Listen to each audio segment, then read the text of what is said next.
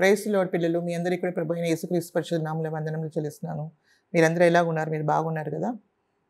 So ఇప్పుడు మనము lesson number 20 నేర్చుకోబోతున్నాము. ఇదేంటంటే రక్షణ, దాన్ని 3 భాగాలుగా మనం విభజించి మనము చదువుకోబోతున్నాం అనమాట. సో దీనికి రెఫరెన్స్ హెబ్రూస్ 9వ అధ్యాయము 11 నుండి 28 వరకు. తర్వాత మెమరీ వర్స్ హెబ్రీయులకు రాసిన పత్రిక 9వ అధ్యాయము 27, 28. And as it is appointed unto men once to die, but after this the judgment. So Christ was once offered to bear the sins of many, and unto them that look for him shall he appear the second time without sin unto salvation. మనుషులు ఒక్కసారి మృతి పొందవలనని నియమింపబడిను, ఆ తర్వాత తీర్పు జరుగును. అలాగుననే క్రీస్తు కూడా అనేకుల పాపములను భరించుటకు ఒక్కసారి అర్పింపబడి తన కొరకు కనిపెట్టుకుని ఉండువారు రక్షణ నిమిత్తము పాపం లేకుండా రెండవసారి ప్రత్యక్షమగును. సో ఈ లెసన్కు ముందు మనం చిన్న ప్రార్థన చేసుకుంటాము. దేవా పరిశుద్ధుడా, మీకు స్తుతులు స్తోత్రం చెల్లించుకున్నాం నాయన. గొప్ప దేవా, సర్వశక్తిమంతుడా, మమ్మల్ని ప్రేమించి మమ్మల్ని రక్షించడానికి నాయన మీ కృప చూపించినందుకే మీకు స్తోత్రం తండ్రి. దీని గురించి నేర్చుకోవడానికి కూడా ప్రభా మీరు మాకు ఒక అవకాశం ఇచ్చినందుకే మీకు వందనాలు, స్తుతులు స్తోత్రం చెల్లించుకున్నాం నాయన. దీని వింటున్న అందరి పిల్లల్ని ప్రభా మీరే దీవించి ఆశీర్వదించండి. వాళ్ళ తల్లిదండ్రులని మరి ఇది వింటుండే ప్రతి వాళ్ళ పట్ల కూడా ప్రభా మీ కృప చూపించండి. మరి నాయన ఈ రక్షణ గురించిన ప్రభా మర్మాల్ని మేము తెలుసుకోవడానికి, మరి ఆ విధంగా మేము నాయన మీ మార్గం నడవడానికి కూడా మీరు సహాయం చేయమని నాయన మమ్మల్ని మేము బలమైన హస్తములు సమర్పిస్తూ యేసు ప్రభు పరిశుద్ధ నామములో మేము ప్రార్థించి పెట్టుకుంటున్నాం తండ్రి, ఆమేన్. ఇదేంటంటే దేవుడు మనకిచ్చిన రక్షణ 3 ప్రకారంగా ఉంటుంది. ఒకటి ఏంటంటే గతము, ఇంకొకటి వర్తమానము, ఇంకా భవిష్యత్తు. ఈ రక్షణలో 3 టెన్సెస్ ఉన్నాయన్నమాట. కొంతమంది ఏమంటారు అంటే రక్షణ అంటే ఇప్పుడు మనుషుల దగ్గర మనం అడుగుతాం, క్రైస్తవుల దగ్గర అడుగుతాము, ఆర్ ఈవెన్ క్రైస్తవులు కాని వాళ్ళ దగ్గర కూడా మనం అడుగుతాం. మీకు అంటే ముక్తి అంటారు కదా, కొంతమంది వాళ్ళు ముక్తి అంటారు. మరి మీకు రక్షణ దొరికిందా అని అడిగితే మరి మాకైతే తెలియదు, ఏదో మేము వెతుకుతున్నాము అంతేగాని మాకేం తెలియదు అంటారు చాలామంది, most of the people. So క్రైస్తవుల దగ్గర అడిగితే మీరు రక్షణ పొందారా అంటే ఐ థింక్ సో అంటారు. మేబీ అనుకుంటున్నాం, మేము రక్షణ పొందామని అనుకుంటున్నాం. ఎందుకంటే వాళ్ళకు ఈ బోధ తెలుసు, ఈ రక్షణ సువార్త వాళ్ళకి తెలుసు. సో అయినప్పటికీ వాళ్ళకు ఒక నిశ్చయత లేదు వాళ్ళ హృదయంలో. సో వాళ్ళు ఏమనుకుంటున్నారు, మేము పొందుకున్నాం అనుకుంటున్నాం అంటే they have a mental assent అనమాట. ఒక మైండ్లో ఒక ఫీలింగ్, ఓకే నేను మైండ్లో నేను అర్పించుకున్నాను దేవునికి అనేది, కానీ పూర్ణ హృదయంతో పూర్ణ మనసుతో వాళ్ళు అర్పించుకోలేదు. సో అలాంటి వాళ్ళు ఏమవుతుందంటే వాళ్ళు రక్షణ గురించిన నిశ్చయత వాళ్ళకు ఉండదు. కానీ అదే మనం ఈ సత్యవాక్యంని మనము తెలుసుకొని, ఈ సువార్తని మనం తెలుసుకొని పూర్ణ హృదయంతో మనము ఎప్పుడైతే మనం తెలుసుకుంటామో, మరి యేసుక్రీస్తు నా నిమిత్తమే సిలువలో మరణించాడు, మళ్ళీ ఆయన తిరిగి లేచారు. So our saviour is not dead and gone. ఆయన మరణించాడు ఒక్కసారి, ఎందు నిమిత్తమే? మన పాపం నిమిత్తమే ఒక్కసారి మరణించాడు, మళ్ళీ ఆయన తిరిగి లేచాడు. He's alive for ever more. Revelation 1:18లో ఉంది అది. సో ఆయన ఎప్పటికీ ఆయన జీవించువాడు. సో మనకు ఎవరు కావాలా? జీవించు రక్షకుడు మనకు కావాలా. సో ఆయన ఉన్నాడు ఇప్పుడు. ఆయన మన కొరకే తండ్రి కుడి పక్షంలో మన కొరకే మహాయాజకుడుగా ఆయన ఏం చేస్తున్నాడు? మన కొరకే విజ్ఞాపన చేస్తున్నాడు. So he's alive, is a living saviour. కానీ ఆయన చేసిన కార్యము మన కొరకే, మన పాపం నిమిత్తమే ఆయన సిలువలో మరణించాడు. దాన్ని మనం ఎప్పుడైతే మనము విశ్వసించి, అంటే ఎప్పుడైనా విశ్వాసం అంటే ఒక ఊహ కాదు. Many people think that is ఊహ అనుకుంటారు, అది కాదు. The faith is always founded on facts and truth. విశ్వాసం ఎప్పుడైనా వాస్తవం మీదే ఆధారపడి ఉంటుంది. సో యేసుక్రీస్తు నిజంగా ఈ లోకానికి వచ్చాడు, హిస్టరీ స్పీక్స్ అబౌట్ దాట్. తర్వాత యేసుక్రీస్తు మరణించి తిరిగి లేచారు. సో ఇప్పుడు అది మనం తెలుసుకున్న తర్వాత మనం ఏం చేయాలా? సరేలే నేను అనుకున్నాను, కరెక్టే, నేను నమ్ముతా, ఇది యేసుక్రీస్తు నా కొరకే మరణించారని నమ్ముతా. అది కాదు. యేసుక్రీస్తు నా నిమిత్తం మరణించి తిరిగి లేచారని నేను విశ్వసిస్తున్నాను కాబట్టి నేనేం చేయాలి? ఇప్పుడు I should call upon the name of the lord. ఆయనకు మొరపెట్టాల. ఆయన జీవించువాడై ఉన్నాడు, ఆయన తండ్రి కుడిపక్షంలో ఉన్నాడు. ప్రభువా నన్ను క్షమించి ప్రభు అని యూ హ్యావ్ టు ఏం చేయాలా? You should call upon the name of the Lord. Yesu ప్రభుకి ఏం చేయాలా? మీరు మొరపెట్టాలా, నన్ను రక్షించు ప్రభువా, నన్ను రక్షించకపోతే నేను నాశనం అయిపోతాను, నన్ను రక్షించు అని చెప్పేసి మీరు ప్రార్థన చేయాలి. పూర్ణ హృదయంతో పూర్ణ మనసుతో ఎప్పుడైతే మీరు ప్రార్థన చేస్తారో అప్పుడు మీకు దేవుడు ఏం చేస్తాడంటే మీ పాపాన్ని క్షమించి మీకు రక్షణని ఇస్తాడు. Because he is the living saviour. So me faith ఎక్కడ ఉంది? ఈ డాక్ట్రిన్ మీద కాదు. డాక్ట్రిన్ తెలియాలి మనకు, ఆ నాలెడ్జ్ లేకపోతే కష్టం. సో నాలెడ్జ్ దొరికిన తర్వాత మనం ఏం చేయాలి? We have to call upon the name of the lord. So ఇక్కడ చాలామంది ఏమైనా చేస్తారు, తప్పు చేస్తున్నారు. సో మనం ఏం చేయాలి, యేసు ప్రభు మీద మనం ఆయనకు మొరపెట్టుకుంటే ఆయన మనల్ని రక్షిస్తాడు. ఎప్పుడైతే ఆయన రక్షిస్తాడో మనకు రక్షణ దొరుకుతుంది. సో అది మనకు తెలుస్తుంది, తప్పకుండా మనకు 100% తెలుస్తుంది. మనకు ఏంటంటే మన పాప క్షమింపబడిన ఆ గిల్ట్, పాపంని బట్టి మనకు వచ్చిన ఒక నేను పాపిని అనే ఫీలింగ్ ఏదైతే మనకు ఉంటుందో అది తొలగిపోతుంది. ఎందుకంటే ఆయన యేసుక్రీస్తు రక్తం ప్రతి పాపంని ఏం చేస్తుంది, కడుగుతుంది అనమాట. కడిగినప్పుడు మనం ఏ పాపం కూడా మనలో లేనట్టు, మన అంతరంగంలో లేకుండా ఉన్నట్టు ఉంటుందన్నమాట. అదే కాకుండా మనలో ఒక నూతన జీవం వస్తుంది. There are 2 things. One negative is taken away, another one positive is given. యేసుక్రీస్తు మరణించి తిరిగి లేచాడు కదా. సో అందు నిమిత్తం ఏంటంటే మన పాపం క్షమింపబడమే కాకుండా ఒక నూతన జీవం మనలో ఏమవుతుందంటే ఇట్ ఈస్ ఇంప్లాంటెడ్, అంటే మనలో దేవుడు నాటుతాడు అనమాట. ఆ జీవం, ఆయన జీవాన్ని మనలో నాటుతాడు. అప్పుడు ఏమవుతుందంటే దేవుని ఆత్మ మన ఆత్మతో మనం దేవుని బిడ్డలమని సాక్ష్యము పలుకుతుంది అనమాట. అప్పుడు మనకు పూర్తిగా తెలుస్తుంది, ఎవరు ఏం చెప్పనక్కర్లేదు. మనకు వేరే వాళ్ళు వచ్చి మీరు దేవుని బిడ్డలా అని అడగవలసిన అవసరం లేదు, మనకే తెలుస్తుంది, అంతరంగంలో తెలుస్తుంది. ఇది ఎక్కడ జరుగుతుంది అని మనం చూస్తే అది మన అంతరంగంలో జరుగుతుంది. అంతరంగం అంటే మన ఆత్మలో జరుగుతుంది. ఈ విషయం మన ఆత్మలో జరుగుతుంది అనమాట. సో ఇది మనకు ప్రతి వాళ్ళకు ఉండాలి. సో మీ అందరిలో మరి ఎంతమంది మీరు ఈ విధంగా మరి ఈ వాక్యాన్ని విశ్వసించి, మరి సువార్త అనే సత్యవాక్యంని విశ్వసించి, యేసుక్రీస్తు మీరు నిత్యం మరణించారని మీరు విశ్వసించి, మరి ఆయన మళ్ళీ తిరిగి లేచారని మరి ఆయన దగ్గర మొరపెట్టి ఈ రక్షణని మీరు పొందుకున్నారో, ఎవరైతే పొందుకున్నారో మీ అందరికీ ఈ రక్షణ ఉంది. వాళ్ళకి ఎలాగుంటుందంటే మీరు తిరిగి జన్మించారని అర్థం. సో యేసుప్రభు కూడా చెప్పారు కదా, మనకు యోహాను సువార్త 3వ అధ్యాయంలో మనం చూస్తున్నాం. సో దాంట్లో ఏముంది, మీరు తిరిగి జన్మిస్తేనే కానీ మీరు పరలోక రాజ్యంలో ప్రవేశించలేరు అని యేసుప్రభు దాన్ని చూడలేరు కూడా, దాన్ని ప్రవేశించలేరు కూడా అని నికోదెమస్ అనే ఒక అధికారి ఆయనతో చెప్పారు. సో మరి ఆయన ఏమన్నాడు, మరి ఈ విధంగా మరి ఏ విధంగా మరి ఇంత పెద్దగా నేను అయిపోయాను కదా. ఆయన పెద్ద మనిషి అనమాట. ఆయన అయిపోయేప్పుడు తల్లి గర్భంలో వెళ్ళి మళ్ళీ ఇంకొకసారి నేను జన్మించాలంటే అలా కాదు, ఆత్మ శరీరము అని చెప్పారు. అంటే the flesh is flesh and spirit is spirit. అంటే ఆత్మరూపంగా మనము జన్మించాలి. ఆత్మరూపంగా జన్మించాలంటే మీరు ఏంటి, నీటితోనూ ఇంకా ఆత్మతోను జన్మించకపోతే మీరు పరలోక రాజ్యంలో ప్రవేశించలేరని యేసుప్రభు తేటగా చెప్పేశారు. సో నీటితోనూ ఆత్మతోనూ మనము జన్మించాలి. నీటి అంటే ఏంటి, దేవుని వాక్యం. ఈ సువార్త అనే సత్యము మన దగ్గరికి వచ్చినప్పుడు అది నీటి ద్వారా, తర్వాత ఆత్మ ద్వారా. ఎప్పుడైతే మీరు నీటి ద్వారా మీరు ప్రభుని వాక్యాన్ని నమ్మి మీరు ప్రభుని అంగీకరిస్తారో అప్పుడు మీరు ప్రభుని దగ్గర ప్రార్థన చేసినప్పుడు ఆత్మ ద్వారా మీరు జన్మిస్తారు. అది ఎక్కడ జరుగుతుంది, అంతరంగంలో జరుగుతుంది. సో ఇక్కడ మనకు ఒక మానవుడు అన్నప్పుడు అక్కడ ఏమని చూస్తున్నామంటే, ఒకటి అంతరంగ పురుషుడు ఒకడు ఉన్నాడు. అంటే I want to tell you this, inner man అంతరంగంలో ఒక మనిషి ఉన్నాడు. మనిషి అంటే మానవుడిని ఏ విధంగా దేవుడు సృష్టించాడు, మానవుడిని నేలమట్టితో ఆయన సృష్టించి ఆయన నాసికా రంధ్రంలో ఏం చేశాడు, ఆయన జీవవాయుని ఆయన ఊదినప్పుడు ఆయన జీవాత్మ ఆయన అని ఉంది. సో అక్కడ మనం 3 చూస్తున్నాం అన్నమాట. ఒకటి ఆత్మ, దేవుని వాయు అనేది, జీవవాయు అనేది అదేంటంటే ఆత్మే ఉందన్నమాట. తర్వాత ఈ జీవవాయు ద్వారా మరి మనకేం జరిగింది, ఒక జీవం వచ్చింది. అంటే soul, spirit, soul and body, అవి 3 కూడా వచ్చిందన్నమాట. తర్వాత శరీరము నేల మట్టితోనే దేవుడు చేశాడు. So the inner most being అని ఏంటంటే మనం అంతరంగ పురుషుడు ఎవరంటే ఆత్మే ఉన్నాడు. సో దేవుడి మానవుని ఎలాగ సృష్టించాడు, ఆయన స్వరూపంలో ఆయన పోలికలో సృష్టించాడు. దేవుడు ఎలాంటి వాడు, దేవుడు ఆత్మే ఉన్నాడు. సో ఆత్మ రూపంగా ఉన్నాడు కాబట్టి ఆయనతో మనం సహవాసం చేయాలంటే మన ఆత్మకి ఏముండాలా, జీవం ఉండాలి. సో ఆత్మలో మనకు జీవం లేకపోతే దేవునితో మనకు సహవాసం ఉండదు. సో మనం ముందు చదువుకున్నది ఎలా విధంగా రక్షణ ఎవరికి కావాలి, మరి రక్షణ అంటే ఏంటి, రక్షణ ఎవరికి కావాలంటే అందరికీ కావాలి, మనందరికీ కావాలి. ఎందుకంటే ఆదాము దేవుడిచ్చిన ఆ రక్షణని కోల్పోయాడు, దేవుడు ఇచ్చిన ఆ పరిశుద్ధతని కోల్పోయాడు. దేవుడు ఆయనని పరిశుద్ధంగానే సృష్టించాడు.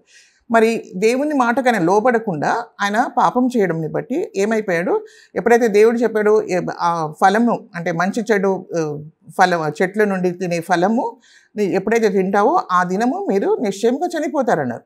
సో వాళ్ళు తినంగానే ఏమైపోయింది, వాళ్ళు చనిపోయారు. మనం ఎట్లా చెప్పగలుగుతాము, వాళ్ళు శరీరంలో బాగానే ఉన్నారు కానీ ఆత్మలో వాళ్ళు చనిపోయారు. ఏంటంటే దేవుని మహిమని వాళ్ళు కోల్పోవడం ద్వారా వాళ్ళు ఏమైపోయారు, వాళ్ళు దిగంబరంగా కనిపించారనమాట. సో దిగంబరంగా ఉండడం ద్వారా ఏమైపోయింది, వాళ్ళు భయపడి దేవునికి భయపడుకొని అయ్యో మేము పాపం చేశాము అనే ఫీలింగ్, గిల్ట్ వచ్చేసింది. అప్పటికే ఒక నేరారోపణ అనేది వాళ్ళలో వచ్చేసింది అనమాట. సో వాళ్ళు ఏం చేశారు, వాళ్ళు పోయి దాచుకున్నారు. సో దేవునితో వాళ్ళకి సహవాసం లేదు ఇప్పుడు. కానీ దేవుడు వాళ్ళని అలా విధంగా వదిలిపెట్టలేదు. కానీ దేవుడు ఆయన్ని పిలిచాడు, మళ్ళీ ఆదామా నువ్వు ఎక్కడ ఉన్నావు అని చెప్తే, ఇప్పుడు నేను ఇలాగ ఉన్నాను కాబట్టి నేను రాలేకపోతున్నాను అని చెప్తే, అప్పుడు దేవుడు చెప్తాడనమాట, ఈ విధంగా నువ్వు నేను తినవద్దని చెప్పిన చెట్ల నుండి నువ్వు తిన్నావంటే ఆయన అవును నా హవ్వ ఇచ్చింది నాకు అంటే హవ్వ ఇంకా సర్పం ఇచ్చింది అని అలా విధంగా చెప్పుకొని పోవడము జరిగింది. అప్పుడు దేవుడు ఏం చేశాడు, తప్పకుండా ఆయన ఏమైపోయింది, ఆయనకు ఆత్మలో ఏమైపోయింది, ఆయన జీవంని కోల్పోయాడు. ఆత్మలో జీవం కోల్పోయాడు కానీ శరీరంలో ఆయన ఉన్నాడు, ఇంకా బతికి ఉన్నాడు.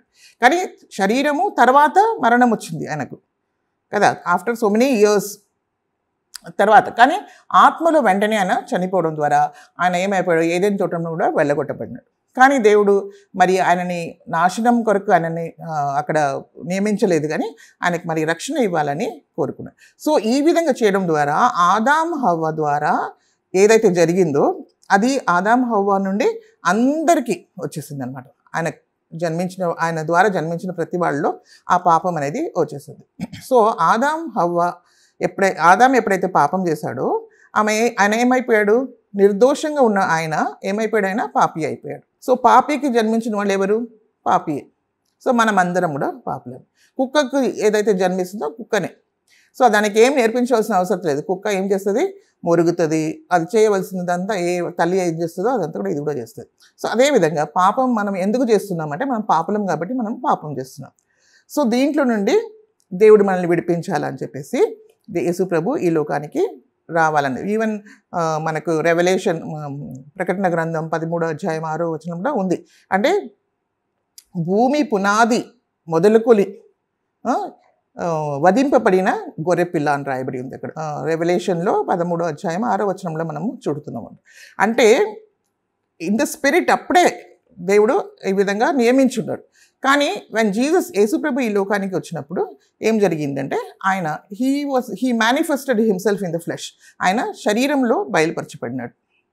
ఓకే, అప్పుడు ఆయన వచ్చినప్పుడు అప్పుడు కూడా యోహాను బాప్టిజం ఇచ్చే యోహాను ఏమన్నాడు, ఆయన ఏ విధంగా పరిచయం చేశాడు లోకానికి యేసుప్రభుని, దేవుని లోక పాపంని మోసుకొని పోయే దేవుని గొర్రెపిల్ల అని ఆయన కూడా ఏం చేశాడు, ఆ విధంగానే పరిచయం చేశాడు. సో అదేవిధంగా దాని నిమిత్తమే యేసుక్రీస్తు లోకానికి వచ్చాడు. దేని కొరకంటే మనకు ఆత్మలో రక్షణ ఇవ్వడానికి. సో ఆత్మలో మనకు రక్షణ దొరుకుతుంది. సో ఎవరెవరైతే ఈ సత్యంని మీరు అంగీకరించి మరి విశ్వసించి మరి సత్యమైన జీవం గల దేవుని దగ్గర మొదలుపెట్టి ఈ రక్షణ మీరు పొందుకున్నారో మీ అందరికీ తెలుసు మీరు రక్షణ పొందారని. రైట్? సో రక్షణ పొందారంటే ఇప్పుడు ఏంటి, అది ఏమవుతుంది, సపోజ్ మీరు ఒక కాలేజీలో జాయిన్ అవుతున్నారు అనుకుందాం. కాలేజీలో మీరు అడ్మిషన్ తీసుకున్నారు. ఓకే, అడ్మిషన్ తీసుకున్నప్పుడు ఏమవుతుంది, మీరు జాయిన్ అయిపోయారు. దాని తర్వాత ఏమవుతుంది, జాయిన్ అయిపోతే ఫినిష్డా కాదు, మీరు చదవాలా. సో జాయిన్ అయిపోయింది ఏంటి, అది పాస్ట్ టెన్స్. అదేంటంటే ఆల్రెడీ అయిపోయింది, కంప్లీటెడ్, ఇంకా జాయిన్ అయిపోయారు. కానీ ఇప్పుడు ఏం చేస్తున్నారు, మీరు ఫస్ట్ ఇయర్ డిగ్రీ చేస్తున్నారు, తర్వాత సెకండ్ ఇయర్ చేస్తారు, తర్వాత థర్డ్ ఇయర్ చేస్తారు, ఈ విధంగా వెళ్తుంది. అదంతా ఏంటంటే అది ఫస్ట్ ఇయర్ చేస్తున్నారంటే అది వర్తమానం, అది ఇప్పుడు మీరు చేస్తున్నారు. సో అదేవిధంగా మన జీవితంలో కూడా మన రక్షణలో కూడా 3 భాగాలు ఉన్నాయి. సో మనకు కూడా ఏంటంటే ఎప్పుడైతే మనం ప్రభుని అంగీకరించి రక్షణ పొందామో అది ఎక్కడ మనం పొందాము, రక్షణ పొందామంటాం, మనం పూర్తిగా రక్షణ పొందామని అంటాం. కానీ అది ఎక్కడ జరిగిందంటే ఆత్మలో మాత్రమే మనకు రక్షణ దొరికింది. మనము మరి మన జీవము మరి ఇంకా శరీరము మనం చూస్తే శరీరం మనం ఏ విధంగా ఉన్నామో అలాగే ఉన్నాం. దాంట్లో ఏదైనా చేంజెస్ వస్తున్నాయా, ఏమీ లేదు. మేబీ మనము వేరే విధంగా మన ఆత్మల రక్షణని బట్టి మనం దేవుని ప్రేమ అదంతా కూడా మన ముఖంలో కనపడవచ్చు. కానీ మన ఫేస్, మన ముఖము అదంతా కూడా మారదు కదా. Same person is same. మరి లావుగా ఉంటే లావుగా ఉంటాం, సన్నగా ఉంటే సన్నగా ఉంటాం, తెల్లగా ఉంటే తెల్లగా ఉంటాం, కర్రగా నల్లగా ఉంటే నల్లగానే ఉంటాం. సో ఆ విధంగా మనం ఏంటంటే అవుట్వర్డ్ మ్యాన్ అంటే బయట ఉన్న మనిషి మారలేదు, కానీ అంతరంగంలో మనకు రక్షణ దొరికింది అనేది మనము చూడగలం. సో దిస్ ఈజ్ కాల్డ్ అంటే పాస్ట్ టెన్స్. సో ఇందులో ఏం జరుగుతుంది, మనకు ఎప్పుడైతే మనం రక్షణ పొందుతున్నామో మన పాపంని బట్టి వచ్చే శిక్ష అనేది మనకు తొలగిపోతుంది అనమాట. అంటే ఆ గిల్ట్ అనేది తొలగిపోతుంది. పాపంకి వచ్చే ఇది ఏంటి, మరణం, జీతము మరణం కదా. ఆ మరణము అంటే ఆత్మీయ మరణం తొలగిపోయి మనకు ఆత్మలో జీవం వస్తుంది. That is called penalty of sin. So ఆ పెనాల్టీ ఆఫ్ సిన్లో నుండి మనకు విడుదల దొరుకుతుంది. మనకి ఎప్పుడైతే ఆత్మరక్షణ దొరుకుతుందో ఆత్మలో అంతరంగంలో స్పిరిట్, సోల్ అండ్ బాడీ అంటే ఆత్మ, జీవము, శరీరము. సో ఆత్మలో మనకి ఎప్పుడైతే రక్షణ దొరుకుతుందో అప్పుడు మనకి ఏమవుతుంది, అక్కడ మన పాపము ఒక శిక్ష నుండి మనకేమైపోతుంది, విడుదల దొరుకుతుంది. తర్వాత అదే కాకుండా దేవునితో సహవాసం కలుగుతుంది. అందుకని దేవుని పరిశుద్ధాత్మ దేవుడు మనకు అనుగ్రహించడం ద్వారా మనకు జీవం వస్తుంది. మరణం తొలగిపోయి జీవం వస్తుంది మనలో. ఆ పెనాల్టీ అంటే మరణమే కదా. ఆ మరణం తొలగిపోయి ఇంకా ఆ గిల్ట్ కూడా తొలగిపోతుంది, ఆ నేరారోపణ కూడా తొలగిపోతుంది. నేను పాపి అనే ఫీలింగ్ కూడా మనకి ఇంకా ఉండదు. మనం నూతన సృష్టిగా మనం మార్చబడతాం అనమాట. సో నూతన సృష్టిగా దేంట్లో, ఆత్మలో మనకు రక్షణ దొరుకుతుంది.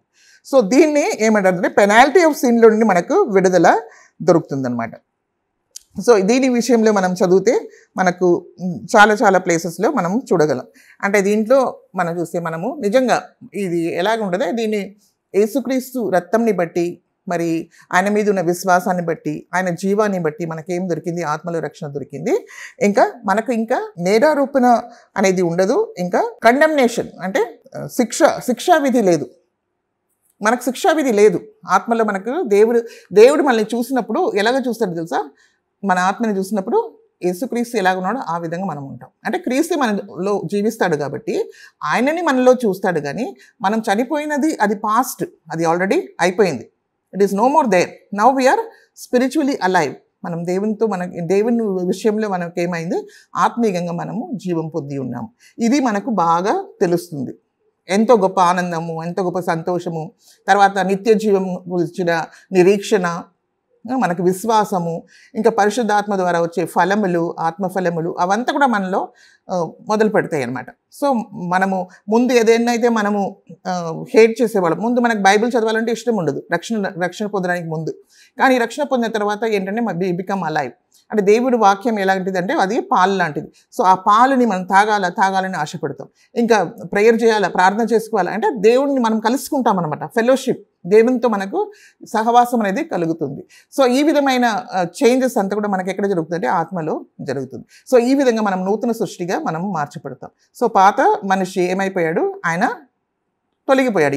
ఇంకా ఆత్మలో మనము నూతన పరచబడినాం కాబట్టి ఇది ఆత్మ ఒక రక్షణ అని చెప్పొచ్చు. This is the salvation of the spirit. ఆత్మ రక్షణ, దీని గురించి చెప్తాను. ఇదేంటి, ఇది మీరు రక్షణ పొంది ఉంటే, ఇంతవరకే మీరు రక్షణ పొంది ఉంటే అది గతము, అది అయిపోయింది. ఇంకా that is for ever over. That is so మనం రక్షణ పొందాను, ఎస్ అని రక్షణ పొందాను. కానీ అది ఒకటే కాదు. సో ఈ విషయంలో మరి మనకు దేవుని వాక్యాలు మనకి నిరూపించడానికి ఉన్నాయి. అది ఒకసారి మనము చదువుకుందాం. సో రోమన్స్ 3:25, పూర్వము చేయబడిన పాపములను దేవుడు తన ఒరిమి వలన ఉపేక్షించినందున ఆయన తన నీతిని కనుబరచవలెనని క్రీస్తు యేసు రక్తము నందలి విశ్వాసము ద్వారా ఆయనను కరుణాధారముగా బయలుపరచెను. మనం పూర్వంలో పాపం ఏదైతే చేశామో అది ఏం చేశాడు దేవుడు, ఆయన క్షమించేశాడు. ఎందు నిమిత్తమే అంటే యేసుక్రీస్తు మన నిమిత్తమే మరణించారు కాబట్టి, ఆయన మనకు బదులుగా ఆయన చనిపోయాడు కాబట్టి ఇప్పుడు మనకేం దొరికింది, మనకు రక్షణ దొరికింది. కాబట్టి మన పాపం క్షమింపబడింది. ఇంకా పాపం క్షమింపబడి మనకు మరణం అనేది తొలగిపోయి మనకు ఆత్మకు జీవం అనేది దేవుడు అనుగ్రహించాడని ఈ వాక్యం మనకు చెప్తుంది. ఇంకా రోమా 5:1 కూడా, కాబట్టి విశ్వాసం మూలమున మనము నీతిమంతులముగా తీర్చబడి మన ప్రభువైన యేసుక్రీస్తు ద్వారా దేవునితో సమాధానము కలిగి ఉందుము. విశ్వాసం ద్వారా మనకు దేవుడు ఇదేమి ఇచ్చాడు, మనకు రక్షణని ఇచ్చాడని మనం ఇక్కడ చూస్తున్నాం. దీంట్లో మనం చేసింది ఏది కూడా లేదు. సో మనమేమో మంచి పని చేసాం కాబట్టి దేవుడు మనల్ని క్షమించలేదు. ఎందుకు దేవుడు మనల్ని క్షమించాడంటే యేసుక్రీస్తు మన స్థానంలో ఆయన మరణించాడు. ఆయన పరిశుద్ధుడు, ఆయనలో ఎలాంటి పాపం లేదు. కానీ మన పాప భారంని ఆయన శరీరంలో ఆయన సిలువలో మోసాడు. కానీ ఆయన రక్తంలో ఒక్క పాపం కూడా లేదు. అది పరిశుద్ధమైన రక్తం అనమాట. ఆ పరిశుద్ధ రక్తంని చెందించాడు. ఆ రక్తం ద్వారా మనకు పాప క్షమాపణ దేవుడు మనకు అనుగ్రహించినాడు. సో అనుగ్రహించడం ద్వారా మనకేం దొరుకుతుంది, మనకు రక్షణ దొరుకుతుంది. ఇది ఎలాగ దొరుకుతుంది మనకు, ఇది దేవుని కృప, ఇంకా దేవుని కృప. కానీ అది మనకు ఎలాగ దొరికింది, విశ్వాసం ద్వారా. విశ్వాసం దేని మీద, ఈ సత్య క్రియ ఏదైతే యేసుక్రీస్తు చేశారో, సిలువలో ఆయన చేశారో, ఆయన మరణించి ఆయన మళ్ళీ తిరిగి మన నిమిత్తమై లేచాడు. కాబట్టి దాన్ని మనం విశ్వసించినప్పుడు మనకేం దొరుకుతుంది, మనకు దేవునితో సమాధానం కలుగుతుంది. ఎందుకు దేవునితో సమాధానం కలుగుతుంది, దేవునికి మనకును సమాధానం లేకుండా పోవడానికి ఏంటి కారణం అంటే పాపమే. ఎప్పుడైతే క్రీస్తు మన పాపంని, ఏదైతే ఆ మార్గంలో ఏదైతే హిండ్రన్స్ ఉందో, ఏదైతే అడ్డు ఉందో, అది యేసుప్రభు తొలగించాడు ఆయన మరణం ద్వారా. ఆయన మనల్ని ఎంతగానో ప్రేమించాడు. ఆయన ప్రాణాన్ని కూడా ఆయన ఏం చేయలేదు, ఆయన లెక్క పెట్టలేదు, కానీ ఆయన ప్రాణం సహితం ఆయన మన కొరకే అర్పించాడు. కాబట్టి ఇప్పుడు మనం దాన్ని విశ్వసించాం కాబట్టి యేసుక్రీస్తు ద్వారా, యేసుక్రీస్తుని బట్టి, ఆయన మీద ఉన్న విశ్వాసాన్ని బట్టి దేవుడు ఏం చేశాడు, మన పాపాన్ని క్షమించి దేవునితో ఏం చేశాడు, మనకు సమాధానాన్ని కలిగించాడు. ఎలాగా, త్రూ క్రైస్ట్ జీసస్, యేసుక్రీస్తు ద్వారా మనకు దొరికింది అని మనము ఇందులో కూడా చూస్తున్నాం. సో ఈ వాక్యం మనకు ఏం చేయాలా, మనకు ఇదంతా కూడా మనం రుజువు చేస్తుంది అనమాట. ఇది దేవుని వాక్యం ద్వారానే మనకు రుజువు కలుగుతుంది. సో గలాతీయులకు రాసిన పత్రిక 3:26 కూడా మనం చూద్దాం. యేసుక్రీస్తునందు మీరందరూ విశ్వాసము వలన దేవుని కుమారులై ఉన్నారు. విశ్వాసాన్ని బట్టి మనకు ఈ రక్షణ దొరికింది. సో మనం ఏదైనా దాని కొరకు చేసామా, ఏదైనా డబ్బులు చెల్లించామా, లేకుంటే ఇంకేదైనా చెల్లించామా దేవునికి, ఏం లేదు. మనం ఏది కూడా మన విశ్వాసం ద్వారా జస్ట్ మనం విశ్వసించాం అంతే. మనకు ఉచితంగా దేవుడు మనకి ఈ రక్షణని దేవుడు మనకు అనుగ్రహించిన మనము చూడగలం. అలాగే ఎఫెసీయులకు రాసిన పత్రికలో కూడా మనం చూద్దాం. ఎఫెసీయులకు రాసిన పత్రిక 2:8 మీరు విశ్వాసము ద్వారా కృపచేతనే రక్షింపబడి ఉన్నారు. ఇది మీ వలన కలిగినది కాదు, దేవుని వరమే. సో ఈ రక్షణ, ఆత్మలో మనకు దేవుడు ఇచ్చిన రక్షణ ఏంటి, అది ఒక వరము. అది కూడా ఉచితమైన వరము. అది మనకు ఎలా దొరుకుతుంది, విశ్వాసం ద్వారా దొరికింది. ఆ విశ్వాసమే క్రీస్తు పెట్టిన, అంటే ఆ పరిశుద్ధ నీతిమంతుని రక్తం ద్వారా మనకు రక్షణ దొరుకుతుందని మనం ఏదైతే విశ్వసించామో అదే దేవుడు ఏం చేశాడు, నీతిగా మనకు కూడా ఎంచాడు అనమాట. అబ్రహాంకి దేవుడు ఏ విధంగా నీతిగా ఆయన విశ్వాసాన్ని బట్టి ఆయన నీతిమంతుడిగా తీర్చాడో, నీతిమంతుడిని ఎంచాడో, అదేవిధంగా మనల్ని కూడా నీతిమంతులుగా చేసి ఉన్నాడు. This is the new testament. నూతన నిబంధనలో ఏంటంటే మనల్ని నీతిమంతులుగా చేశాడు. సో వీఆర్ జస్టిఫైడ్ అనమాట టోటలీ. ఆయన నీతిమంతులుగా దేవుడు మనల్ని చేశారని మనము చూస్తున్నాం. సో ఈ విధంగా మనకు రక్షణ దొరికిందనే విషయము మనం అంతరంగంలో మనకు తెలుసుకోవచ్చు. అలాగే యోహాను సువార్త 3:16-18 వరకు కూడా ఉంది. దేవుడు లోకమును ఎంతో ప్రేమించెను కాగా ఆయన తన అద్వితీయ కుమారునిగా పుట్టిన వాని యందు విశ్వాసముంచు ప్రతి వాడును నశింపక నిత్య జీవం పొందినట్లు ఆయన అనుగ్రహించెను. లోకము తన కుమారుని ద్వారా రక్షణ పొందుటకే గాని లోకమునకు తీర్పు తీర్చుటకు దేవుడు ఆయనను లోకంలోనికి పంపలేదు. ఆయన యందు విశ్వాసం ఉంచు వానికి తీర్పు తీర్చపడదు. విశ్వసింపని వాడు దేవుని అద్వితీయ కుమారుని నామందు విశ్వాసం ఉంచలేదు గనుక వానికి ఇంతకు మునిపే తీర్పు తీర్చబడింది. సో ఇక్కడ ఏముంది, ఒకటే నీతిమంతుడైనా అంటే అద్వితీయ కుమారునైనా ఆయన కుమారుని మీద విశ్వాసము ఉంచితే మీకు రక్షణ దొరుకుతుంది. మీరు తీర్పులో రాడు, దేవుడు మిమ్మల్ని క్షమించి ఉన్నాడు. కానీ ఆయన అద్వితీయ కుమారుని నమ్మకపోతే ఏమవుతుంది, మీరు తీర్పులోనే ఉన్నారు. సో ఆ తీర్పు మీద నుండి తొలగిపోవాలంటే మీరు ఏం చేయాలా, ఆయన అద్వితీయ కుమారుని మీద మనం ఏం చేయాలా, ఆయన విశ్వాసము ఉంచాలా అనేది మనము చూస్తున్నాం అన్నమాట. కాబట్టి ఇది విశ్వాసం ద్వారా దేవుడిచ్చిన రక్షణ. సో ఇది మనము ఇంకా ఒక విధంగా మనం చూస్తే మనం ఏం చూడవచ్చు, ఇజ్రాయేల్ ప్రజలు మనం పాత నిబంధనలో కూడా ఒక సాదృశ్యంని దేవుడు మనకు పెట్టి ఉన్నాడు అనమాట. ఏంటంటే ఇశ్రాయేల్ ప్రజలు ఏ విధంగా మరి అబ్రహాంని దేవుడు ఎన్నుకున్నాడు కదా, ఏ విధంగా దేవుడు అబ్రహాంని ఎన్నుకున్నాడు, ఇసాకు యాకోబుని ఎన్నుకున్నాడు, తర్వాత మోషేని ఎన్నుకున్నాడు. సో మోషే ద్వారా మరి ఇశ్రాయేల్ ప్రజలు ఎక్కడ ఉన్నారు? ఐగుప్తులో ఉన్నారు. ఐగుప్తులో నుండి వాళ్ళని విడిపించాడు దేవుడు. ఏ విధంగా విడిపించాడు? ఆ 10వ తెగులు వచ్చిందనమాట. ఐగుప్తు వాళ్ళ మీద ఏమొచ్చింది?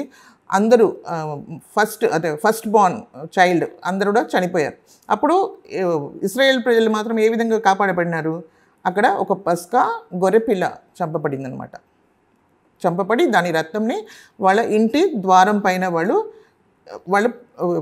రాశారనమాట. ఆ రాసడం ద్వారా ఏమైందంటే సంహారదూత అనే ఏంజల్ ఆఫ్ డెత్ ఎప్పుడైతే అక్కడి నుండి వెళ్ళిందో, ఎప్పుడైతే ఆ రక్తంని చూసిందో అది ఏం చేసింది? అది వెళ్ళిపోయింది.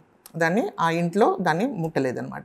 అప్పుడు ఎవరున్నారు దాంట్లో? ఇశ్రాయేల్ ప్రజలకు దేవుడు అలాగ చెప్పాడనమాట. ఈ విధంగా ఒక గొర్రెపిల్లని మీరు వధించి అలాగా దాని రక్తంని మీరు రాసి పెడితే అప్పుడు మీకు మాత్రము ఏం రాదు, మీకు నాశనం రాదు, కానీ వేరే వాళ్ళందరికీ కూడా వస్తుంది. ఎవరికి? ఐగుప్తు వాళ్ళ పిల్లలందరికీ కూడా అక్కడ వచ్చిందనమాట. మొదటి కుమారులకు వచ్చింది. సో ఆ విధంగా వాళ్ళు ఏం చేశారు? వాళ్ళు విడుదల పొంది బయటికి వచ్చారు. సో అక్కడ కూడా మనం చూస్తే ఇశ్రాయేల్ ప్రజలు చేసేది అక్కడ ఏం లేదు. ఒక గొర్రెపిల్ల చనిపోయింది కదా, ఒక గొర్రెపిల్లని వాళ్ళు వధించవలసి వచ్చింది. దాని రక్తంని చూసి ఏమైంది? ఇది సంహారదూత దాటిపోవడం మనం చూస్తున్నాం అన్నమాట. సో అదేవిధంగా ఇశ్రాయేల్ ప్రజల్ని దేవుడు ఎలాగ కాపాడాడో అది దేవుడే కాపాడాడు. సో అదేవిధంగా మరి ఈ ఆత్మలో మనకు రక్షణ దొరకడానికి కూడా యేసుప్రభువే మరణించాడు. యేసుప్రభువే మన కొరకై వెల చెల్లించాడు. ఆయన దేవుణ్ణి గొర్రెపిల్లగా, పశువుగా అని కూడా మనం కొరింథీయుల రాసిన పత్రికల్లో మనకు చూస్తున్నాం యేసుక్రీస్తు గురించి. సో యేసుక్రీస్తు ఆ విధంగా వచ్చి ఆయన రక్తం కార్చడం ద్వారా, మళ్ళీ ఆయన మరణించి తిరిగి లేవడం ద్వారా మనకు పాపక్షమాపణను, మనం నీతిమంతులుగా తీర్చబడము జరుగుతుంది. అదర్వైజ్ మనకు ఏం లేదు. సో మనకు ఏంటి? ఇది మన శక్తితో, మన బలంతో మనం పొందుకోలేదు, కానీ మనం ఏ విధంగా రక్షణ పొందాము? ఆయన విశ్వాసం ద్వారా మనం పొందుకున్నాము, క్రీస్తు మీద విశ్వాసం ద్వారా. అదే కాకుండా అది దేవుడిచ్చిన మనకు వరం అన్నమాట. దేవుడు he's given us a gift.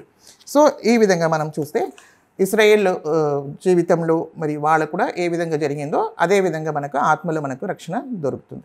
This is a past, అంటే గతంలో ఎవరైతే రక్షణ పొందారో ఆల్రెడీ మీరు, అలాంటి వారికి ఇది మీరు బాగా తెలుసుకోవాలి. ఇంకా కూడా ముందు మనకు వచనాలు మీరు చదువుకోవచ్చు. హెబ్రీయులు రాసిన పత్రిక 9:6, మొదటి పేతురు 2:24లో కూడా మీరు దాని గురించి చదువుకోవచ్చు. ఇక్కడ డయాగ్రామ్ ఉంది. మానవుణ్ణి ఒక భాగాలు అని మనము చూడవచ్చు ఇక్కడ. సో ఇక్కడ ఇప్పుడు దేవుని వాక్య ప్రకారం మనం ఏముందంటే, దేవుడు మరి మనకు ఆత్మ, ఇంకా ప్రాణము ఆర్ జీవము, ఇంకా శరీరం అని దేవుడు మానవుని చేశాడు. స్పిరిట్, సోల్ అండ్ బాడీ అని చెప్పొచ్చు ఇంగ్లీష్లో. ఇక్కడ ఏంటంటే ఎప్పుడైతే మానవుడు పాపం చేశాడో అప్పుడు ఏమైపోయిందంటే ఆయన చనిపోయాడు. ఎట్లా? ఆత్మలో చనిపోయాడు. శరీరంలో బ్రతికే ఉన్నాడు కానీ ఆత్మలో చనిపోయాడు. సో ఆత్మ ఎలాంటి స్థలం అంటే అదే ఆత్మలోనే ఆయన దేవుణ్ణి కలుసుకోగలడు అనమాట. ఎందుకు కలుసుకోవాలంటే దేవుడు ఆత్మే ఉన్నాడు. మరి ఆయన ఆత్మలో మనకు జీవం ఉంటేనే మనం దేవునితో సహవాసం కలిగి ఉండొచ్చు. సో పాపంని బట్టి మనకేమైపోయిందంటే ఈ ఆత్మ చనిపోయింది. సో మన పాపం నిమిత్తం ఎప్పుడైతే యేసుక్రీస్తు ఈ లోకానికి వచ్చి సిలువలో మరణించి తిరిగి లేచారో, ఆ సువార్త మన దగ్గరికి వచ్చినప్పుడు మనం అంగీకరించి, ప్రభువుని మనం అంగీకరించినప్పుడు దేవుడు మనకేం చేశాడంటే ఈ ఆత్మలో ఏం చేశాడు? జీవంని అనుగ్రహించాడు అనమాట. సో మనకు జీవం కలిగింది ఇక్కడ ఆత్మలో. చనిపోయిన ఆత్మ ఇంకా జీవింపజేస్తాడు దేవుడు. సో జీవింపజేయడమే కాకుండా దేవుని పరిశుద్ధాత్మ కూడా ఇక్కడ ఏంటంటే పరిశుద్ధాత్మ కూడా ఇక్కడ ఉంటారు, నివసిస్తారు మన ఆత్మలో, మన అంతరంగంలో. సో దేవుని పరిశుద్ధాత్మ మనలో ఉన్నారు, మరి మన ఆత్మ కూడా ఉందన్నమాట. ఇది ఏమైపోయింది? మనకు రక్షణ ఎప్పుడైతే మనం పొందుతామో అప్పుడు యేసుక్రీస్తు చేసిన కార్యాన్ని బట్టి మన పాపం క్షమింపబడింది కాబట్టి మనం నీతిమంతులుగా తీర్చబడినాం అనమాట. సో ఇందులో మనము రక్షణ పొందుకున్నాం. ఓకే, తర్వాత మనం చూస్తే రెండవదిగా మనం చూస్తే ఇది పాస్ట్, అంటే ఇది గతంలో జరిగిపోయింది. మన రక్షణ పొందిన అప్పుడే ఇది జరిగిపోయినాయి, ఇది జీవిస్తూ ఉంటుంది. తర్వాత ఈ రెండవ వ్యక్తి ఏంటంటే ఇక్కడ మనం చూస్తున్నాం సోల్ అనే వ్యక్తి. ఈ సోల్ అనే వ్యక్తి జీవము ఆర్ ప్రాణము అని చెప్పాం కదా తెలుగులో. సో ఈ సోల్లో కొన్ని భాగాలు ఉంటాయి అన్నమాట. ఏమేమి ఉన్నాయని మనం చూస్తే దీంట్లో ఏమేమి ఉంటే మనసు ఉంటుంది, ఇంకా ఎమోషన్స్ అంటే భావోద్వేగాలు, ఇంట్లో మనకు ఏదైనా మంచి కార్యాలు జరిగినప్పుడు మనకేమవుతుంది, మనం సంతోషపడతాం. మరి ఇంట్లో ఎవరైనా చనిపోయారంటే మనకేమవుతుంది, చాలా దుఃఖం కలుగుతుంది. మనకేదైనా లాస్ అయిందంటే మనకేంటి, చాలా కృంగిపోతాము. సో ఇలాంటి ఏమిటి భావోద్వేగాలు మనలో ఉంటాయి, భావాలు మనలో ఉంటాయి అన్నమాట. సో ఇది కూడా ఏంటంటే ఈ రెండో వ్యక్తిలోనే ఉంటుంది. ఏంటంటే ఈ జీవం ఆర్ ప్రాణంలో, సోల్ అనే వ్యక్తిలో ఉంటుందన్నమాట. అదే కాకుండా సంకల్పము అంటే విల్, అంటే మనం ఏదైతే నిర్ణయించుకుంటామో, నేను ఈ పని చేస్తాను, నేను ఈ కాలేజీలో జాయిన్ అవుతాను, నేను ఈ చర్చ్కి వెళ్తాను అనే విషయాలు ఏంటంటే ఇది కూడా ఈ రెండో వ్యక్తిలోనే ఉంటుందన్నమాట. సో అది కాకుండా ఇంకా మనసాక్షి కూడా ఉంటుంది. సో ఈ 4 కూడా ఏంటంటే ఈ సోల్ అనే, అంటే ఈ మధ్య సెకండ్ వ్యక్తిలో ఉంటుందన్నమాట. ఇది మనలోనే, అంటే ఇది మనం ఏం చెప్పొచ్చు అంటే మానవుని వ్యక్తిత్వం అని చెప్పొచ్చు. It's a personality. ఓకే, వ్యక్తిత్వం అని చెప్పొచ్చు. సో ఈ వ్యక్తిత్వము ఇక్కడ ఉంటుంది. సో ఇదైతే ఆల్రెడీ గతించిపోయింది. మన రక్షణ మనం పొందుకున్నాం. కానీ ఇక్కడ మనం మార్పు మనకు వెంటనే రాలేదన్నమాట. ఇది మార్పు కలగాలంటే మనం ఏం చేయాలంటే, మనం దినం పని చేయాలి. ఏం పని చేయాలా? దేవుని మీద ఆధారపడుతూ మనం ఏం చేయాలంటే, ఈ మనస్సుని మనం ఏంటంటే దేవుని వాక్యం ద్వారా మనం ఏం చేసాలా, మన మనసుని నూతనపరచుకోవాలి. రక్షణ పొందడానికి ముందు మనం ఏం చేసాము, ఈ లోక ప్రకారంగా జీవించాము. ఈ లోకంలో ఉన్న స్టాండర్డ్ ఏముందో అదే మనకు కూడా అదే స్టాండర్డ్లో మనము వెళ్తూ ఉన్నాం. ఈ లోకము అంటే చాలా డబ్బులు ఉన్న వాళ్ళని, చాలా బాగా వాళ్ళని గౌరవిస్తారు, వేరే వాళ్ళని గౌరవించరు. అలాంటి సేమ్ టైప్ ఆఫ్ థింగ్స్ అనమాట. ఈ లోకంలో మేము గొప్పవాళ్ళు అయిపోవాలి, మంచి అచీవ్మెంట్స్ ఉండాలి, అకంప్లిష్మెంట్స్ ఉండాలని చెప్పేసి అన్నీ చేసుకుంటాం కదా. అలాంటి మైండ్ మనకు కలిగి ఉంది ముందు. సో ఈ మనసు మార్చపడాలంటే మనం ఏం చేయాలంటే దేవుని వాక్యాన్ని మనము చదవాలి. దేవుని వాక్యం ఏమై ఉంది, సత్యము ఇంకా జీవమై ఉంది. It is truth and spirit. దేవుని ఆత్మీయ కూడా ఉందన్నమాట. సో ఎప్పుడైతే దేవుని వాక్యాన్ని మనం చదువుతామో, మరి ఆత్మీయమైన మనము ఏ విధంగా జీవించాలా అనే విషయాలంతా కూడా మనకి ఎక్కడ దొరుకుతుంది, దేవుని వాక్యంలో దొరుకుతుంది. సో దినం మన వాక్యంని చదివి ధ్యానిస్తూ, మరి వాక్యానికి లోబడుతూ మన జీవితాన్ని దేవునికి దాని ప్రకారం అప్పగించుకున్నప్పుడు మన మనసు ఏమవుతుందంటే దినము ఏమవుతుంది, రిన్యూ అవుతుంది అనమాట. అంటే నూతనపరచబడుతుంది. సో ఆ విధంగా మనకేమవుతుంది, మనకు క్రీస్తు చేసుకున్న మనసు మనలో కూడా కలుగుతుందనమాట. ఇదేంటంటే దినం చేయాలి. అది ఒక రోజులా అయిపోదనమాట. దినం దీని మీద మనకు జయం, ఈ సోల్ మీద మైండ్ కూడా ఏంటంటే దేవుని వాక్య ప్రకారం మార్చబడాలి. ముందు ఏముంది, అంతా కూడా లోక ప్రకారంగా ఉంది రక్షణ పొందడానికి ముందు. సో ఆ మనసుని మనం ఇప్పుడు ఏం చేయాలా, దేవుని వాక్య ప్రకారం మనం మార్చుకుంటే మనకేం కలుగుతుందంటే ఆత్మ సంబంధమైన ఒక మనస్సు కలుగుతుందనమాట. ఆ మనస్సు ఎప్పుడైతే కలుగుతుందో అప్పుడు ఏం జరుగుతుందంటే మన భావములు ఏదైతే ఉందో, ఎమోషన్స్ అంటాం కదా, అది కూడా మారుతుంది. ఎప్పుడైతే మనస్సు మారుతుందో అక్కడ మన భావాలు కూడా మారుతాయి అన్నమాట. మన భావాలు కూడా, ఇదో ఎమోషన్స్ ఉంది కదా, ఈ భావాలు కూడా మనకు మారుతుంది. అంటే మనకి ఏదైనా ఫెయిల్యూర్ అయిందనుకోండి, ఏదైనా మనం ఓడిపోయాము, మన ఎగ్జామ్లో పాస్ అవ్వలేదు అనుకోండి, అప్పుడు మన జీవితంలో ఏదైనా ఓటం జరిగితే కూడా మనం ఏమైపోతాం, కృంగిపోము. ఎందుకంటే మన మనసు ఏముంది, మనసు దేవుని వాక్య ప్రకారంగా ఉంది కాబట్టి మనకేముంది, నిరీక్షణ ఉంది. సో దేవుని మీద విశ్వాసం ఉంది కాబట్టి దాన్ని మనం ఎంతగా ఎక్కువ కూడా పట్టించుకోమన్నమాట. సో దేవుని మీద మనం ఆధారపడి ముందుకు వెళ్ళిపోతాం. అదే మన మనసుని మార్చుకోకపోతే మనం ఏదైనా మనకు హాని చేసుకోవాలా, ఏదైనా మనం ఆత్మహత్య చేసుకోవాలా అనే ఆ మనసు కూడా చాలామందికి వస్తున్నాయి అన్నమాట. సో ఆ విధంగా రావడానికి వీల్లేదు. కానీ మనం ఏం చేయాలి, మన ఎమోషన్స్ని కూడా మనం ఏంటంటే ఆత్మ ద్వారా మనము రెన్యూ చేసుకోవాలన్నమాట. సో మైండ్ ఎప్పుడైతే మారుతుందో అప్పుడు మన భావాలు కూడా, భావోద్రేకాలు కూడా ఏమవుతుందంటే మారుతాయి అన్నమాట. అదే విధంగా మరి దేవుని చిత్తం ఏంటో అనేది దేవుని వాక్యాన్ని మనం చదివినప్పుడు మనము దేవునికి సమర్పించుకోవడము, మరి దేవుని చిత్తానుసారంగా దేవునికి విధేయత చూపించడం, ఇదంతా కూడా మనం బైబిల్లో చదువుతూ ఉంటాం. సో అప్పుడు మన సంకల్పము ఏమవుతుందంటే దేవుని వైపే మనం నడవడానికి వీలవుతుంది. సో ఈ విధంగా ఈ వ్యక్తిత్వం అనేది, మనస్సు అనేది దినం మార్చబడాలి. దీనికి మనం ఏం చేయాలి, మరి ఇటు సైడ్ నుండి మనం చూస్తే ఈ శరీరం నుండి అటువైపు మనం ఒక సైడ్ చూస్తాం. ఇక్కడ శరీరం ఉంది కదా, ఇక్కడ ఏముంది, లోకం ఉంది. ఇక్కడ లోకం ఉంది. లోకం నుండి మరి ఈ మనస్సు లోకం వైపు చూసిందంటే ఏమవుతుందంటే లోక ప్రకారమైన మనస్సు మనకు కలుగుతుంది. అదే ఈ మైండ్ దేవుని వైపు చూసిందంటే దేవుని వాక్యంని చదవడము, మరి దేవుని పరిశుద్ధాత్మ ద్వారా నడిపింపబడితే మరి దేవుని వలె క్రీస్తు వలె దినదినం మార్చబడుతుంది. అదే మనం లోకం వైపు చూసామంటే ఆ లోక ప్రకారంగా మనం మార్చబడతాం. సో మన ఫ్రెండ్స్ ఎవరైనా మంచి ఫ్రెండ్స్ ఉంటే మనకు మంచి బుద్ధులు వస్తాయి అంటారు కదా, ఇక చెడు ఫ్రెండ్స్ ఉంటే మనకు కూడా చెడు బుద్ధులు వస్తాయి. అదేవిధంగా ఎప్పుడైతే మనం దేవునితో సహవాసం చేస్తారో దేవుని వలె మనం క్రీస్తు వలె మనం దినం మార్చబడతాం. సో ఈ మారు మనసు అనేది మనసు రూపాంతరం చేయడం చాలా చాలా ఇంపార్టెంట్ అన్నమాట. సో ఇది కావాలంటే మనం ఏం చేయాలంటే దినం మనం ఏం చేయాలా, మనం పాత మనిషి చనిపోవాలంటే మనం ఏం చేయాలా, మనల్ని మనము మరి మనకు ఎప్పుడైతే మనకు అనేక విధమైన శోధనలు వస్తాయో, లోక ప్రకారంగా జీవించడానికి శోధనలు వచ్చినప్పుడు మనం ఏం చేయాలంటే మనల్ని మనము ఉపేక్షించుకొని మన సిలువని మనం ఎత్తుకొని యేసుక్రీస్తుని వెంబడించాలి. అదే యేసుక్రీస్తు చెప్పిన మాట అనమాట. సో దినం ఇది చేయవలసి వస్తుంది. అది వర్తమాన కాలంను అంటే దినం ఇది జరుగుతూ ఉంటుందన్నమాట. ఇక్కడ ఎప్పుడైతే మనము ఈ మనస్సు మార్పు చెందుతూ మరి మనం భావాలు కూడా మారుతూ మరి మనకు మన సంకల్పం కూడా దేవునికి చిత్తానుసారంగా మనం దేవునికి సమర్పించుకుంటాము, సజీవ యాగంగా సమర్పించుకుంటాము. అప్పుడు మనకేంటంటే మనకు ఈ ఆత్మ కార్యము ఈ జీవంలో ఈ ప్రాణంలో కూడా ఏమవుతుందంటే వస్తుందన్నమాట. సో ఇప్పుడు ఏమవుతుంది, ఇప్పుడు ఈ వ్యక్తిత్వం మానవుని వ్యక్తిత్వం కూడా ఏమవుతుంది, ఆత్మరీతిగా మారిపోతూ ఉంటుందన్నమాట. దినం ఆత్మరీతిగా మారుతుండ. సో ఇది ఏంటంటే ఇది వర్తమానం ఎవ్రీడే ప్రతిరోజు కూడా మనం ఇది చేయవలసిన విషయం. అందుకని మనం ఏం చేయాలా, మనం ఎక్కువగా ప్రార్థన చేయాలా, దేవుని సన్నిధిని కోరుకోవాలా, దేవుని వాక్యానికి లోబడినట్టు మనల్ని మనం సమర్పించుకోవాలి. దేవుడు శక్తి ఇస్తాడు. ఎప్పుడైతే మనం సమర్పించుకుంటామో దేవుడు మనకు శక్తి ఇస్తాడు. ఎందుకంటే ఇక్కడ విల్ అనేది, సంకల్పం అనేది దేవుడు మనల్ని ఫోర్స్ చేయరు. ఇది మనం చేయవలసిన విషయం. ఇది మనం చేయాలా, కానీ దేవుడు శక్తి ఇస్తాడు. మనం చేయడానికి మనం ఏం చేయాలా, మనము ఒప్పుకోవాలా, దేవుని సన్నిధిలో మనం ఒప్పుకోవాలా. ప్రభా నేను సమర్పించుకున్నాను, నేను ఆ విధంగా జీవించడానికి మీరు నాకు కృప ఇవ్వండి అని చెప్తే దేవుడు మనకు కృప ఇస్తాడు. సో మనది కూడా కొంచెం పార్ట్ ఇందులో చాలా ఉందన్నమాట. ఎప్పుడైతే మనం సమర్పించుకున్నామో అప్పుడు మనం ఏమవుతామంటే ఆత్మలో నడవడం అనేది మనం నేర్చుకుంటాం అనమాట. సో ఆత్మలో జీవించడమే కాదు, ఆత్మలో నడవాలంటే కూడా ఇప్పుడు ఏమవుతుంది, ఈ సోల్ అంటే ఈ రెండో వ్యక్తి జీవము ప్రాణం అని చెప్తాం కదా, ఆ వ్యక్తి దినం మార్పు చెందుతూ క్రీస్తు వలె మార్చబడుతూ ఉంటాడనమాట. కానీ ఈ దినం మనం చేస్తుండాలి.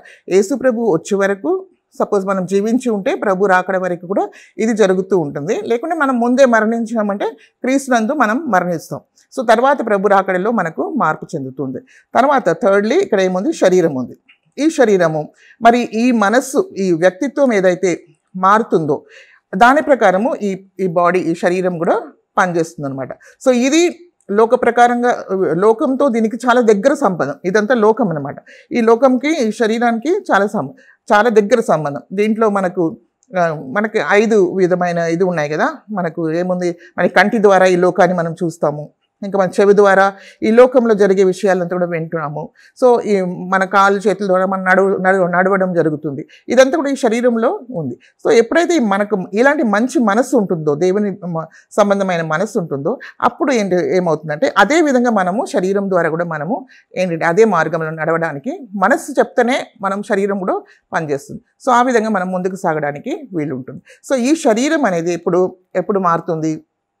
సో ఇది వర్తమానం. ఇప్పుడు మనం చెప్పాం కదా, ఇది ఆత్మ అంటే మన పాపం ద్వారా వచ్చిన శిక్ష మన నుండి తొలగిపోతుంది. ఇక్కడ సోల్ ఉంది కదా, ఇదంతా మార్పు చెందినప్పుడు మనకేమంటే పాపం మీద జయం దొరుకుతుంది. అంటే from the power of sin మనకు జయం దొరుకుతుంది అనమాట. పాప అధికారం మీద జయం దొరుకుతుంది. ఇంకా బాడీ ఉంది. ఈ బాడీ ఎప్పుడు మార్పు చెందుతుంటే మనం ఇప్పుడు మరణిస్తాము ప్రభు రాకడప్పుడు, మనము యేసు ప్రభు వచ్చినప్పుడు మధ్యాకాశంలో వచ్చి మనల్ని తీసుకొని వెళ్తాడు. ఎప్పుడైతే మనం ప్రభుని అంగీకరించామో ప్రభు రాకడప్పుడు మనం పరలోకానికి మనము వెళ్తామన్నమాట. అప్పుడు పాపం అనే ఒక స్థలంలో నుండి మనకు విమోచన దొరుకుతుంది. లాస్ట్గా మనం చూస్తే దేవుని సన్నిధిలో మనం 7 సంవత్సరాల తర్వాత ఈ లోకంలో ఏం జరుగుతుంది, అంత్యక్రీస్తు పని జరుగుతూ ఉంటుంది. అంటే అంత్యక్రీస్తు ఏం చేస్తాడు, ఏలుతూ ఉంటాడు అనమాట. కానీ మనం ఎక్కడ ఉంటాము, దేవునితో ఉంటాం. సో 7 సంవత్సరాల తర్వాత యేసుక్రీస్తు ఈ లోకానికి వస్తాడు. మరి సాతాన్ని ఏం చేస్తాడు, సాతాన్ని బంధించి 1000 సంవత్సరాలు ఆయన బంధించినప్పుడు తర్వాత ఆ అంత్యక్రీస్తుని మరి అబద్ధ ప్రవక్తని కూడా ఆయన నరకంలో వేసిస్తాడనమాట. అప్పుడు ఏమవుతుంది, 1000 ఏండ్ల ఇది పరిపాలన యేసుక్రీస్తుది జరుగుతుందన్నమాట. సో ఆ సమయంలో మనము ఈ శరీరము మార్పు చెంది ఉంటుంది మనకు. కానీ ఎప్పుడైతే ఆ 1000 సంవత్సరాల తర్వాత ఇంకా మళ్ళీ ఒకసారి సాతాను వచ్చి దేవునితో పోరాటం చేసినప్పుడు అప్పుడు దేవుడే మరి యేసుప్రభు ఏం చేస్తాడు, ఆయన నాలిక ద్వారా ఆయన ఏం చేస్తాడు, ఆయన అగ్నినితో ఇది కాల్చేసి మరి పూర్తిగా సాతాన్ని నరకంలో వేసేస్తాడు అనమాట. ఆ సమయము తర్వాత ఏమవుతుందంటే జడ్జ్మెంట్ అనేది ఉంటుంది, తీర్పు జరుగుతుంది. తర్వాత దేవుడు ఎవరిని ఎక్కడ పంపించాలో అక్కడ దేవుడు పంపించిన తర్వాత ఈ లోకంని అంతా కూడా ఏంటి, అగ్ని చేత దేవుడు ఏం చేస్తాడు, మార్పు కలిగిస్తాడు అనమాట. అంతా కూడా కాల్చివేసి నూతన ఆకాశము నూతన భూమిని సృష్టిస్తాడు. ఆ సృష్టించిన సమయంలో అక్కడ ఎంత మాత్రంలో పాపం ఉండదు, ఎలాంటి అపవిత్రత అక్కడ ఉండదనమాట.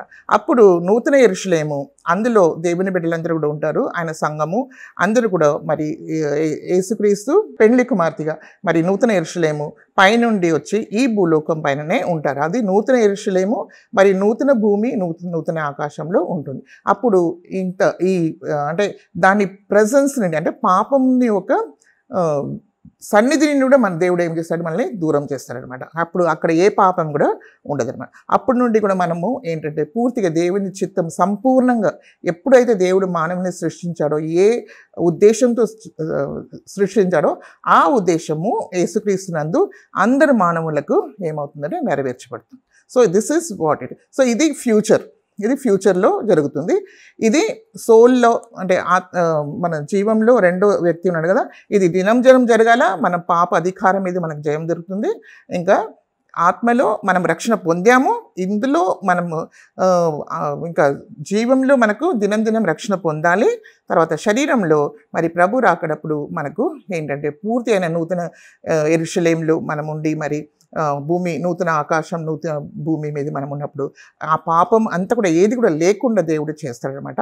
అక్కడ దిస్ విల్ బీ సేవ్డ్ అంటే ఇది మనకు ఏమవుతుందంటే ఫ్యూచర్ అనమాట. అంటే ఇది రాబోయే దినాల్లో ఈ విధంగా జరుగుతుంది, అంటే భవిష్యత్తులో ఇది జరుగుతుంది. సో ఇది ఏంటంటే ఇది పాస్ట్ అయిపోయింది, మనం రక్షణ పొందాము, ఇక్కడ రక్షణ పొందుతున్నాము, ఇక్కడ రక్షణ పొందబోచున్నాం. ఏంటంటే ఇక్కడ పాప శిక్ష నుండి రక్షణ పొందాము, ఇంకా పాప అధికారం నుండి మనము రక్షణ పొందుతున్నాము దినము.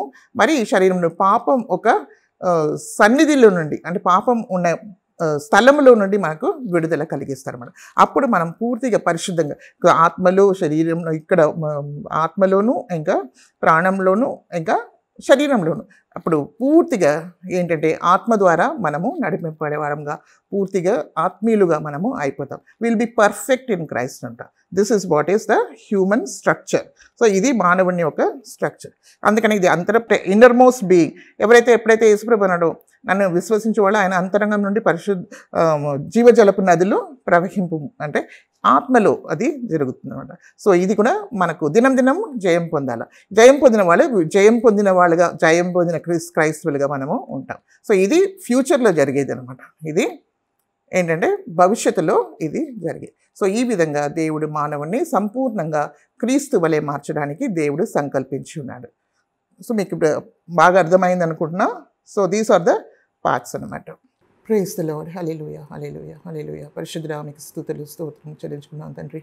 నాయన ఒక రక్షణ గురించిన ఇంత గొప్ప మర్మాలని ప్రభా మీరు మాకు ఆత్మ ద్వారా తెలియపరుచున్నారు కాబట్టి మీ వాక్యంలో ప్రభా ఇది మేము తెలుసుకోవడానికి దీన్ని మా జీవితంలో అనుభవించడానికి ఆయన మీరు ఇచ్చిన భాగ్యాన్ని కొరకే మీకు వందనాలు స్తుతులు స్తోత్రం చెల్లించుకున్న ఆయన ప్రభా నాయన వినే ప్రతి బిడ్డని మీరు దీవించండి, వాళ్ళ తల్లిదండ్రులని వాళ్ళ కుటుంబాలని రక్షించండి ప్రభా నాయన. వాళ్ళ ప్రభా నాయన ఇంకా వాళ్ళ ఫ్రెండ్స్ని కూడా మీరు జ్ఞాపకం చేసుకోండి ప్రభా నాయన. బిడ్డలు ఒక్కొక్కరు కూడా మీ కృపను గ్రహించమని నాయన. ఇంకా కూడా ప్రభా ఆత్మలో ఎదుగుతూ ముందుకు సాగుతూ ప్రభా నాయన మీ కొరకే మిమ్మల్ని మహిమపరిచే వాళ్ళగా ప్రభా నాయన ఒక్కొక్కరికి మీ కృప దయచేయమని ఆయన. మా జీవితాలందరినీ కూడా మీకు అర్పిస్తూ ప్రభా ఒక్కొక్క బిడ్డలను దీవించి ఆశీర్వదించమని మీకే మహిమగత ప్రభావం చెల్లిస్తూ యేసుక్రీస్తు అతి పరిశుద్ధ నామంలో మేము ప్రార్థించి వేడుకుంటున్నాము తండ్రి. ఆమేన్.